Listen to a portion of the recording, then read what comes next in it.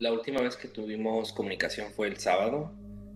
Fue una comunicación súper breve. Le dije que me iba a ir a dormir.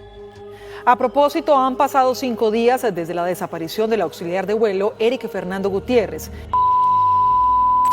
La persona que estás viendo es Eric Fernando Gutiérrez. Nunca imaginó que su estadía en Medellín, Colombia, terminaría en tragedia, que allí finalizaría su vida después de salir una noche a disfrutar en la zona de discotecas del Poblado. Aquí te cuento la verdadera historia. A propósito, han pasado 5 días desde la desaparición del auxiliar de vuelo Eric Fernando Gutiérrez, quien llegó a Medellín el pasado fin de semana en un vuelo laboral. Un empleado de American Airlines se encuentra desaparecido en Medellín, Colombia, donde pernoctaba antes de volar hacia Miami. En la madrugada del 22 de marzo de 2026, los bares del sector de Provenza en el Poblado estaban llenos de turistas y locales que celebraban un fin de semana. Entre ellos había un hombre de 32 años, un auxiliar de vuelo nacido en El Salvador y naturalizado estadounidense que trabajaba para American Airlines. Eric Fernando Gutiérrez había llegado a Medellín desde Miami como parte de una escala laboral. Esa noche decidió, como cualquier visitante, salir con una compañera de tripulación a explorar la ciudad. Los registros de las autoridades muestran que Eric y su compañera visitaron 2 establecimientos en el exclusivo sector de Provenza. Allí, en la penumbra de la discoteca Perro Negro del barrio La América, conocieron a 2 hombres desconocidos. Las cámaras de seguridad captaron a la pareja abandonar el local en compañía de esos 2 sujetos para dirigirse hacia el municipio de Itagüí. Después de ese momento, la ruta de Eric se convierte en una serie de sombras. Su compañera regresó al hotel horas después, desorientada y con síntomas de haber sido drogada con escopolamina. Eric nunca volvió. La alerta se encendió con la ausencia. Su pareja en Dallas, Ernesto Carranza, se despertó el domingo y no encontró mensajes de buenas noches. Pensó primero en una desconexión voluntaria, pero pronto el silencio se volvió angustia. Le dije que disfrutara su estancia en Medellín y que tuviera cuidado y ya. Amanezco el domingo y no veo ningún mensaje de él indicando que había regresado al hotel, que estaba bien, relataría después. Al no tener respuestas, Carranza y los compañeros de trabajo de Eric activaron los protocolos de búsqueda de la aerolínea y alertaron a las autoridades colombianas. Antes de iniciar, quiero enviar un saludo muy especial y cósmico a Graciela Medina, que me escribió: saludos, excelente narración, muy profesional. Y aparte me gustan las fotos para darle contexto, buen contenido. Graciela, muchísimas gracias por verme, por tus palabras, por todo lo que haces. Finalmente haces que tu granito de arena permita que la producción del contenido se haga, me permite a mí dedicarme por completo, así que muchísimas gracias por estar aquí y disfrutar del contenido. Te envío un fuerte abrazo y también quiero saludar a Club Hack, que me escribió: gracias, pues muchísimas gracias a ti por ser parte de la comunidad. Me emociona mucho que estés aquí, te deseo lo mejor del mundo. Te envío un fuerte abrazo y espero que estés muy bien. Y recuerda que si tú quieres ser saludado para un próximo video, lo puedes hacer de 2 formas distintas. La primera es con el botón de super gracias que se ubica allá abajo, justo al lado del botón compartir, o también vía PayPal, ya que tienes el link en la descripción y en el comentario fijado. Y sabes que si lo haces de cualquiera de estas 2 maneras, recibirás un agradecimiento personalizado y un saludo de mi parte para un próximo video. Y sin más, continuemos con el caso. Antes de ser una noticia, Eric Fernando Gutiérrez era hijo, hermano, pareja y amigo. Nació en El Salvador, donde pasó sus primeros años entre volcanes y ritmos de cumbia. Sus padres emigraron a Estados Unidos persiguiendo una oportunidad y él, ya adolescente, se naturalizó estadounidense. Desde pequeño soñaba con los cielos. Veía los aviones como pájaros metálicos que podían llevarlo lejos de cualquier frontera. Con constancia se convirtió en auxiliar de vuelo de American Airlines y según relatos de sus colegas, era un rayo de sol para la tripulación, siempre dispuesto a ayudar y a escuchar. Ese carácter luminoso lo acompañaba incluso en los momentos más tensos, cuando los retrasos o turbulencias exasperaban a los pasajeros.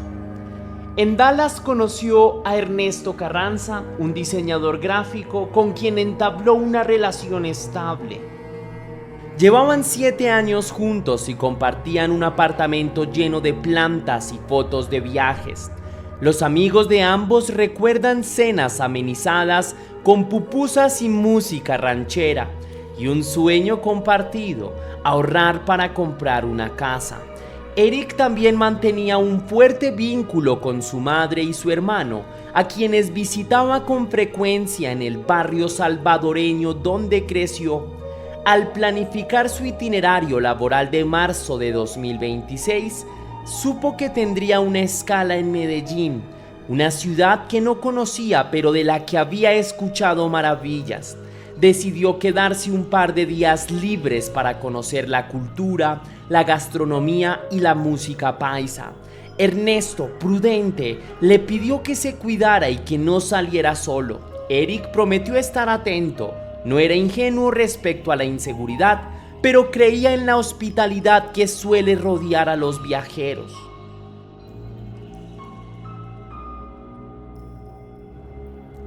El sábado 21 de marzo, Eric aterrizó en el aeropuerto José María Córdoba de Río Negro y avisó a su familia que había llegado bien. Se instaló en un hotel en el centro de Medellín junto con parte de su tripulación. Al día siguiente, domingo 22, tras cumplir con sus tareas, decidió salir con una compañera de vuelo a explorar la vida nocturna. Juntos recorrieron el poblado, una zona conocida por sus bares y discotecas. Entraron primero a un local en Provenza y luego se dirigieron a la discoteca Perro Negro en el barrio La América. Allí, bajo luces estroboscópicas y música urbana, entablaron conversación con 2 hombres que se ofrecieron a llevarlos a seguir la fiesta en otro lugar de Itagüí. La decisión de acompañar a los desconocidos resultó fatal. De acuerdo con el secretario de Seguridad de Medellín, Manuel Villa, las cámaras de seguridad y testimonios muestran que Eric y su compañera abandonaron el establecimiento para subir a un vehículo que los llevó a Itagüí. Se cree que la ruta incluyó una discoteca en la Comuna 14 y luego un motel donde continuaron la celebración. En algún punto de la noche se administró escopolamina a la pareja. La compañera perdió la noción del tiempo y del espacio. Eric aparentemente también fue dopado. Esa sustancia, conocida como el aliento del diablo, anula la voluntad y la memoria de quien la ingiere, convirtiendo a la víctima en un autómata. Horas más tarde, solo la compañera regresó al hotel. Según Villa, llegó en la tarde del lunes desorientada, sin recordar claramente lo ocurrido. Fue trasladada a una clínica donde los médicos confirmaron que le habían administrado escopolamina. Ese hallazgo encendió las alarmas y activó la búsqueda de Eric. Mientras tanto, sus pertenencias permanecían en la habitación intactas y su teléfono móvil no daba señales.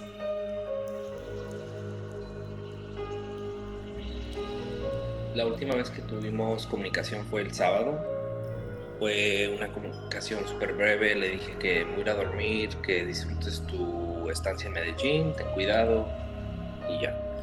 Amanezco para el domingo y no veo un mensaje o comunicación de él indicando de que regresó al hotel, que está bien. Cuando Ernesto Carranza se dio cuenta de que su pareja no respondía, llamó a los compañeros de trabajo de Eric y al hotel. Nadie sabía nada. American Airlines activó protocolos internos y contactó a la Policía Metropolitana del Valle de Aburrá. La búsqueda se extendió por discotecas, hospitales y calles. El secretario de Seguridad de Medellín informó que se rastrearían las rutas de los vehículos, las cámaras de vigilancia y los celulares relacionados con la noche de la desaparición. La hipótesis principal era un robo mediante escopolamina, una modalidad que había afectado a decenas de turistas en Medellín durante los últimos años. Según datos del Sistema de Información para la Seguridad y la Convivencia, en los primeros 3 meses de 2026 se habían registrado 54 robos con escopolamina extranjeros, 8 más que en el mismo periodo de 2025. Eric sería la primera víctima mortal. A un establecimiento público con algunos compañeros de trabajo, otro hombre y una mujer. Puntualmente ese establecimiento inicial al que fueron era en el Poblado. De ahí 2 de ellos, él y la mujer, salen con otras personas hacia otro establecimiento en la ciudad de Itagüí. Las autoridades también consideraron la posibilidad de un crimen motivado por odio, puesto que organizaciones LGBTIQ+ denunciaron que en 2026 se habían registrado 23 asesinatos de personas de esa comunidad en Colombia. La organización Caribe Afirmativo enfatizó que la muerte de Eric no debía verse como un caso aislado, sino como parte de un patrón de violencia urbana que combina crimen organizado, uso de sustancias y contextos de vulnerabilidad. No obstante, la línea de investigación más fuerte se centró en las bandas dedicadas al hurto bajo el efecto de la escopolamina. Mientras los investigadores seguían pistas, la familia de Eric se aferraba a la esperanza. Su hermano y su madre viajaron a Medellín y repartieron volantes con su foto. En redes sociales, amigos y colegas compartían el cartel de desaparición que la Secretaría de Seguridad había difundido. Ernesto, desde Texas, concedió entrevistas a Univisión y Telemundo defendiendo la reputación de su compañero. Solo decir que se fue a Medellín, que fue a un antro o a buscar problemas, eso no es Fernando. Sus palabras buscaban contrarrestar comentarios que pretendían culpar a la víctima por salir de fiesta. En la mañana del viernes 27 de marzo, campesinos del corregimiento Puente Iglesias divisaron un bulto flotando sobre el río Piedras. Cuando se acercaron, se dieron cuenta de que era un cuerpo y avisaron a las autoridades. La Policía Metropolitana y unidades del CTI de la Fiscalía se desplazaron hasta la zona. Debido al avanzado estado de descomposición, los forenses debieron trasladar el cadáver a medicina legal en Medellín y utilizar huellas dactilares para confirmar que se trataba de Eric Fernando Gutiérrez. El sitio del hallazgo estaba a más de 100 kilómetros de distancia del lugar donde se lo vio con vida por última vez. Esta distancia y el hecho de que el cuerpo no presentaba signos de arrastre en el agua indicaban que fue transportado hasta ese punto para despistar a los investigadores. La necropsia descartó que Eric hubiera muerto por causas naturales y estableció que su deceso ocurrió probablemente el mismo fin de semana en que desapareció. Aún no se han divulgado detalles sobre las heridas o el nivel de intoxicación por escopolamina, pero fuentes oficiales confirmaron que se trató de un homicidio. Estamos concentrando todos los esfuerzos y todas las capacidades institucionales para esclarecer este caso lo más rápido posible, declaró el secretario de Seguridad Manuel Villa. Las autoridades también señalaron que las personas con las que Eric y su acompañante estuvieron esa noche ya habían sido identificadas y que contaban con geolocalizaciones, videos y celulares incautados. El Ministerio Público de Colombia, la Policía, la Fiscalía y la Embajada de Estados Unidos trabajan coordinadamente en la investigación. Medellín ha trabajado durante años para cambiar la imagen violenta que heredó de la década del narcotráfico. Hoy es una ciudad que atrae turistas por su innovación y su oferta cultural. Sin embargo, el uso de escopolamina como herramienta de robo se ha convertido en una amenaza silenciosa. La droga derivada de la planta de borrachero se puede suministrar en bebidas o alimentos o soplada en el rostro de la víctima. Sus efectos incluyen somnolencia, desorientación, pérdida de memoria y sumisión. Las bandas que operan en zonas nocturnas de Medellín la usan para acceder a tarjetas bancarias, claves y pertenencias de visitantes y locales. En el Valle de Aburrá se registró que en 2025 se denunciaron 46 casos de hurto a turistas extranjeros bajo la modalidad de escopolamina en los primeros 3 meses. En 2026 el número ascendió a 54, aunque esta cifra representa una disminución respecto a los 123 casos de 2025 en todo el año. Las autoridades reconocen que la problemática persiste. La muerte de Eric Gutiérrez generó alarma porque era la primera vez en el año que un turista fallecía como consecuencia de esta práctica criminal. La Policía Metropolitana anunció operativos en lugares de alta afluencia como el Parque Lleras y la Carrera 70 y la captura de mujeres implicadas en este tipo de delitos. Además de la escopolamina, en Medellín operan redes que se aprovechan de aplicaciones de citas y de la vulnerabilidad de la comunidad LGBTIQ+.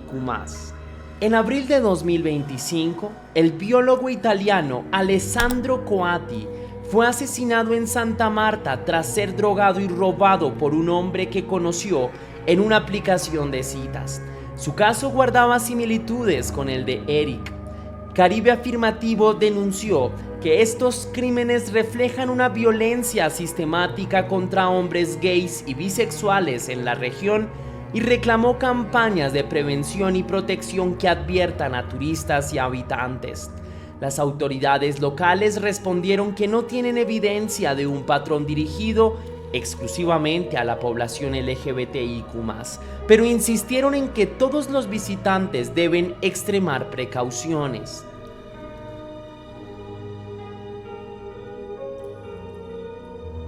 Mientras la investigación avanzaba, la familia de Eric emprendió otro viaje, llevar su cuerpo de regreso a casa. Una campaña de recaudación en GoFundMe superó los $41,000 en cuestión de días. La comunidad aeronáutica se movilizó. Colegas, amigos y desconocidos aportaron para cubrir los gastos de repatriación y funerales. Eric era un rayo de sol que iluminaba a todos a su alrededor. Su calidez y su sonrisa siempre estarán en nuestros corazones. Se leía en la página de la campaña. El 1 de abril, el féretro arribó a Dallas, donde fue recibido por una guardia de honor de American Airlines y por su familia, llorando en silencio. En una ceremonia íntima, Ernesto habló de su amor y su dolor, y la madre de Eric encendió una vela junto a su urna. La comunidad LGBTIQ+ y organizaciones de derechos humanos en Estados Unidos organizaron vigilias y actos simbólicos. En Dallas, amigos de la aerolínea se presentaron con pañuelos morados y globos blancos mientras se leía una lista de nombres de personas de la comunidad asesinadas en América Latina durante ese año. La repatriación no apagó el clamor por justicia. Cada gesto de despedida se convirtió también en exigencia.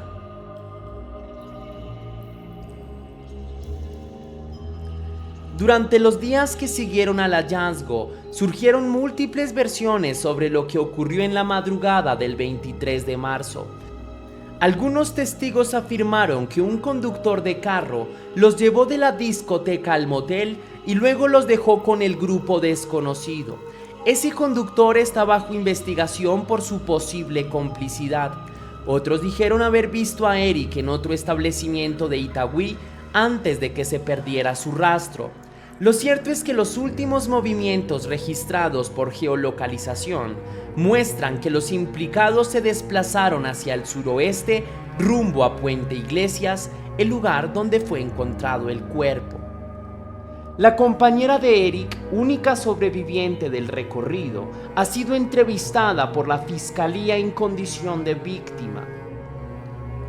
Su testimonio describe la sensación de confianza inicial con los desconocidos y el súbito apagón en su memoria. Ella recuerda despertar en el hotel con heridas leves y un fuerte dolor de cabeza. Médicos confirmaron que había estado expuesta a altos niveles de escopolamina. A pesar de esta evidencia, la investigación ha sido cautelosa al revelar detalles para no alertar a los responsables.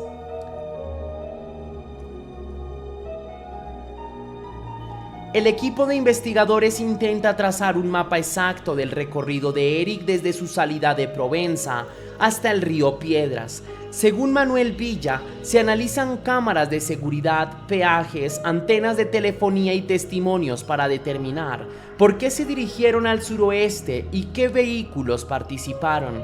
Se sabe que los presuntos victimarios tienen antecedentes de hurto mediante escopolamina.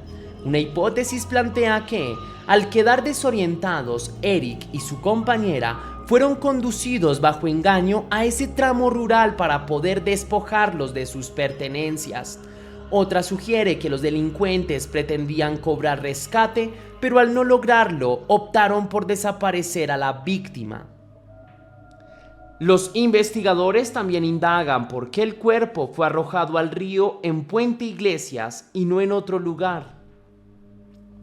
El suroeste de Antioquia es una zona rural de difícil acceso, con veredas y carreteras estrechas. En esa geografía, un cuerpo podría pasar días o semanas sin ser encontrado. Sin embargo, el río Piedras lo devolvió en apenas 5 días. Esto ha alimentado sospechas de que no actuaron con el mismo nivel de planificación que otras bandas más organizadas, sino que se trató de improvisación o de un error en la logística criminal. El asesinato de Eric Gutiérrez tuvo repercusiones en varios ámbitos. En el sector turístico, autoridades y empresarios se vieron obligados a intensificar las campañas de prevención para los visitantes. Manuel Villa aseguró que en Medellín se protege a todas las personas por igual y que no existe un patrón exclusivo contra viajeros de la comunidad LGBTIQ+. Sin embargo, organizaciones como Caribe Afirmativo insistieron en que hay un patrón de violencia que no puede ignorarse. Los asesinatos de Eric y de Alessandro Coatti en Santa Marta se citaron como ejemplos de una violencia combinada entre crimen organizado y prejuicio. Para la comunidad de Medellín, el caso reavivó el miedo a salir y a usar aplicaciones de citas o redes sociales para socializar. Activistas organizaron marchas y plantones exigiendo al Estado que reconozca la dimensión homofóbica de estos crímenes. No nos pueden decir que no hay patrón cuando los cuerpos se acumulan, dijo uno de los líderes en rueda de prensa. En Dallas, asociaciones de auxiliares de vuelo solicitaron a las aerolíneas que brinden capacitaciones sobre riesgos específicos en cada destino y que fortalezcan los mecanismos de seguridad en los miembros de esta comunidad. Al cierre de esta parte, la Fiscalía General de la Nación no ha anunciado capturas, pero sí ha señalado que existen personas plenamente identificadas y que cuentan con registros de vehículos y comunicaciones que comprometen a un grupo delincuencial. El secretario aseguró en entrevistas que se está verificando el recorrido completo, quienes fueron partícipes y en qué vehículos se trasladaron. También informó que la Embajada de Estados Unidos y el FBI colaboran en el análisis forense y tecnológico. Efectivamente, se encontraron con unas personas que tienen antecedentes de incurrir en la modalidad de el hurto bajo la sustancia de escopolamina. Al momento, pues, infortunadamente, esta persona no ha sido encontrada. Los familiares de Eric, por su parte, esperan en silencio. Ernesto Carranza, su pareja, repite que no descansará hasta que haya justicia. La madre de Eric en El Salvador mira una foto de su hijo con uniforme de auxiliar de vuelo y se pregunta ¿por qué a él? La respuesta, desafortunadamente, aún no llega.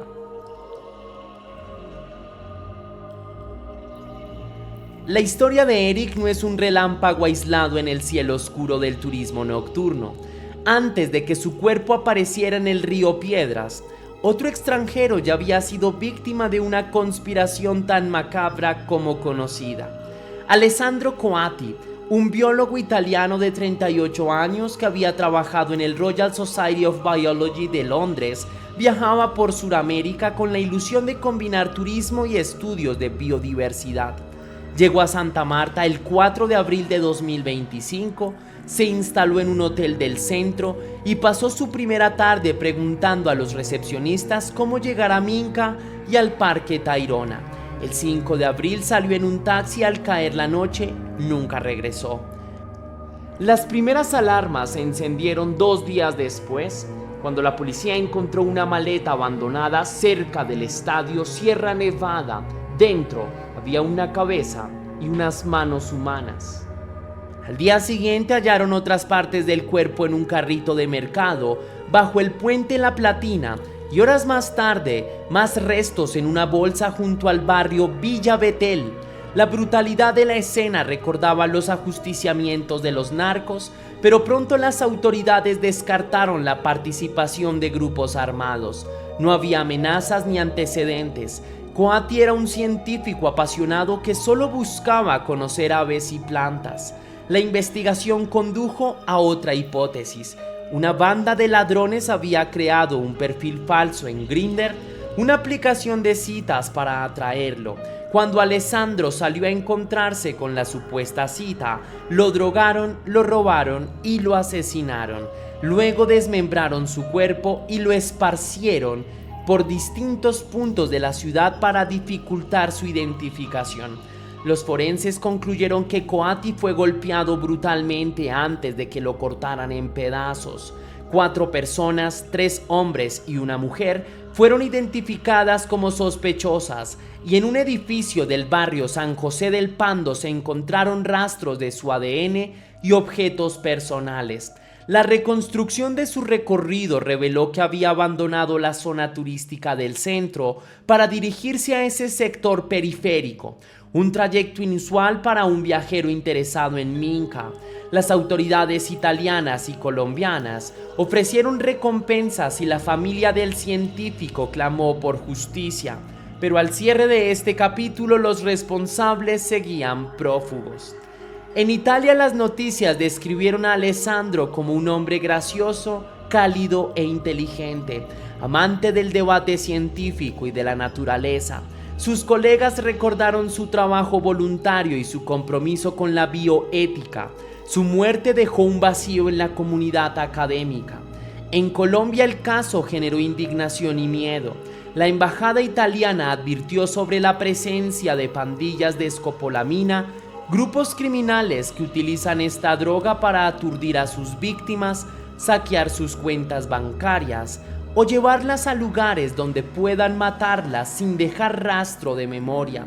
La organización ITSS Verona señaló que entre 2020 y 2024, más de 80 extranjeros murieron en Medellín tras ser drogados, casi todos hombres convocados a citas por aplicaciones como Tinder o Grindr. Una advertencia del Consejo de Seguridad de Estados Unidos, emitida desde 2012, ya alertaba que criminales en Latinoamérica administran burundanga en las bebidas y alimentos en bares y discotecas para despojar a sus víctimas, especialmente hombres percibidos como adinerados. La muerte de Alessandro Coatti guarda paralelismos inquietantes con la muerte de Eric Gutiérrez, porque ambos eran extranjeros, uno latinoamericano y otro europeo, que llegaron a Colombia con la confianza de disfrutar de su estancia. Ambos fueron seducidos fuera de los sectores turísticos por personas que conocieron en la noche, drogados con sustancias como la escopolamina, y asesinados posteriormente. En ambos casos, los perpetradores se aprovecharon del anonimato de las aplicaciones y de la escasa reacción temprana de las autoridades para desaparecer las huellas. La brutalidad con la que se trató el cuerpo de Alessandro, cortado y dispersado en maletas y bolsas, contrasta con la de Eric, arrojado entero al río. Sin embargo, la esencia del crimen es la misma, la vida de un viajero convertida en mercancía para una banda que opera impunemente. Así que contar esta historia paralela no es un ejercicio morboso como me podrían llegar a tildar algunos. Es más bien un llamado a ver la trama que une a estos casos. La violencia contra los viajeros nunca surge de la nada, porque es el resultado de una economía criminal que se nutre de la confianza y del deseo de aventura.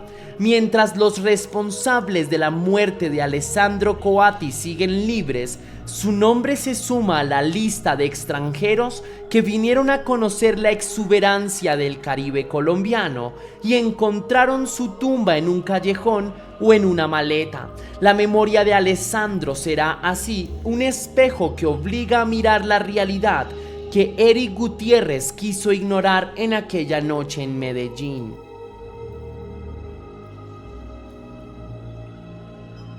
Eric Fernando Gutiérrez era un hombre que vivía del cielo. Sus días transcurrían entre aviones, aeropuertos y ciudades que tal vez solo veía por unas horas. La ironía cruel es que su vida terminó en tierra, en un río turbio que no pertenecía a ninguna postal turística. Su historia es frágil y nos obliga a entender que hay acechos a las personas que viajan, pero también desnuda las grietas de una sociedad que mira con indiferencia la violencia contra ciertos cuerpos. Los cuerpos extranjeros, los cuerpos homosexuales, los cuerpos que disfrutan de la noche. Este caso nos enfrenta a una realidad que es incómoda pero dura, la de una economía clandestina que se alimenta de la confianza, de la necesidad de compañía, del deseo de aventura. Nos obliga a pensar en esos hilos que resultan invisibles, que además conectan al turismo con el crimen organizado, en las sustancias que borran la voluntad, en los barrios donde la fiesta se convierte en emboscada, pero también nos recuerda que detrás de cada nota roja hay vidas con historias, sueños y afectos que se desgarran cuando la muerte irrumpe. Que este documental sea entonces un acto de memoria profunda y que la muerte de Eric Fernando Gutiérrez no se diluya en el olvido, ni tampoco en las estadísticas. Que su nombre se una al de tantos otros que exigen justicia y que al pronunciarlo nos preguntemos todos qué estamos haciendo para que ninguna noche de fiesta termine en tragedia. Así que por último quisiera enviar un fuerte abrazo a todos los familiares de Eric. Por si llegan a ver este documental, los abrazo en el dolor y también exijo con ustedes que se haga justicia.